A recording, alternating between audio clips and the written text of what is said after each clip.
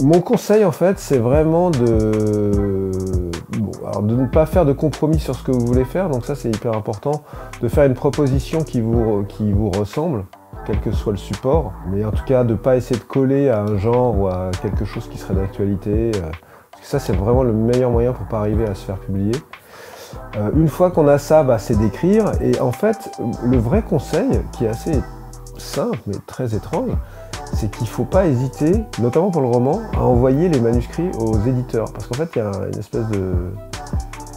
une espèce de rumeur qui voudrait qu'en fait, les éditeurs ils lisent pas les manuscrits, ou ils lisent les manuscrits des gens qu'ils connaissent. En fait, c'est pas vrai du tout. C'est-à-dire que même dans des grosses maisons d'édition, moi j'ai la chance d'être chez Calman Levy, je vois mon éditrice, Caroline Lépée, elle passe une grande partie de son temps à lire des manuscrits qu'elle reçoit directement à la maison d'édition.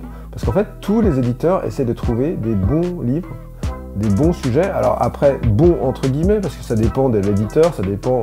Lui, il a plein de critères en tête sur la sélection du bouquin. Donc lui, il suit des modes, il suit des tendances, il suit... Mais s'il trouve ça dans votre livre, parce que vous avez été sincère, généralement, il vous rappelle et les choses se font, quoi. Alors, du coup... ça redonne un peu d'espoir globalement aux gens qui se disent ah c'est un métier, on peut pas y rentrer. En fait, c'est beaucoup plus facile de rentrer, je trouve, dans le monde de l'édition que dans le monde de l'audiovisuel. Par exemple, dans le monde de l'audiovisuel, il y a des portes qui sont beaucoup plus dures à franchir.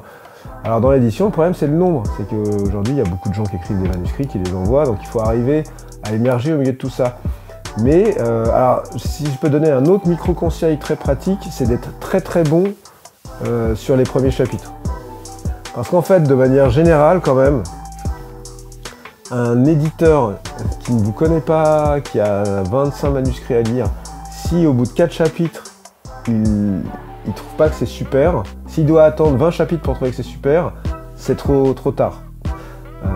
Sur un premier roman où on doit convaincre quelqu'un, il faut tirer les grosses cartouches tout de suite. Il faut tout de suite que ça soit captivant, ou tout de suite que ça soit émotionnel, ou tout de suite que ça soit féerique, ou ça dépend de ce que vous écrivez, mais il faut tout de suite qu'on voit le talent qu'il y a derrière, les idées, et que ça foisonne.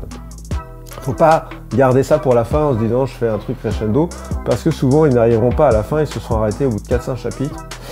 Donc voilà, ça c'est un conseil pratique, mais je pense très très effectif pour attirer l'œil chez un éditeur, quoi.